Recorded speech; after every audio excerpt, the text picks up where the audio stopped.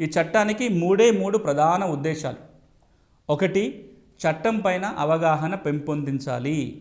విస్తృతంగా ఈ దేశంలో ఉన్న చట్టాలని ప్రజలకు అర్థమయ్యేటట్టుగా, ప్రజలకు చేరువగా తీసుకువెళ్ళాలి. ఉచితంగా ఇది జరగాలి. అవగాహన కార్యక్రమాలు ఉచితంగానే చేయాలి. ఇక రెండు, ఎవరైతే నీడీ పీపుల్ ఉన్నారో, అంటే కోర్టుకు వెళ్ళలేని వాళ్ళు ఉన్నారో, ఆర్థిక కారణాల వల్ల, మరే ఇతర కారణాల వాళ్ళకి ఉచిత న్యాయ సేవలను అందించాలి. ఏంటి ఉచిత న్యాయ సేవలు? సలహా ఇవ్వటం కావచ్చు, లాయర్ని పెట్టడం కావచ్చు, కోర్టు ఫీజులు ఇవ్వటం కావచ్చు, దారి ఖర్చులకు డబ్బులు ఇవ్వటం కావచ్చు, ఇంకా ఆ కేసు నెగ్గడానికి ఇతరత్ర ఏదైనా సహాయం కావాల్సి వస్తే అలాంటి సహాయాలు అందించడం, వీటన్నిటిని కలిపి ఉచిత న్యాయ సేవలు అంటారు. ఈ ఉచితంగా ఇవన్నీ అందుతాయి. ఇది రెండవ ఉద్దేశం చట్టాన్ని.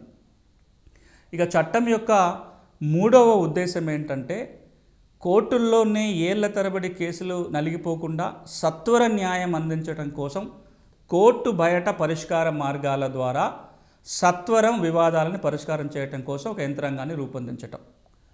దీన్నే ఏడిఆర్ అంటారు, ఆల్టర్నేట్ డిస్ప్యూట్ రెజల్యూషన్ అని చాలా పాపులరు.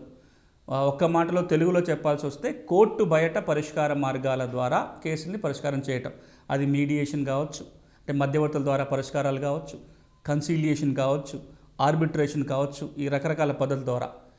అందులో భాగంగా వచ్చిందే మనం ఎప్పుడు వింటూ వస్తున్న మాట లోక్ అదాలతులు. లోక్ అదాలతులు కూడా కోర్టు బయట పరిష్కార మార్గాలు. ఈ మూడు ఈ చట్టం యొక్క ప్రధాన ఉద్దేశాలు, లక్ష్యాలు.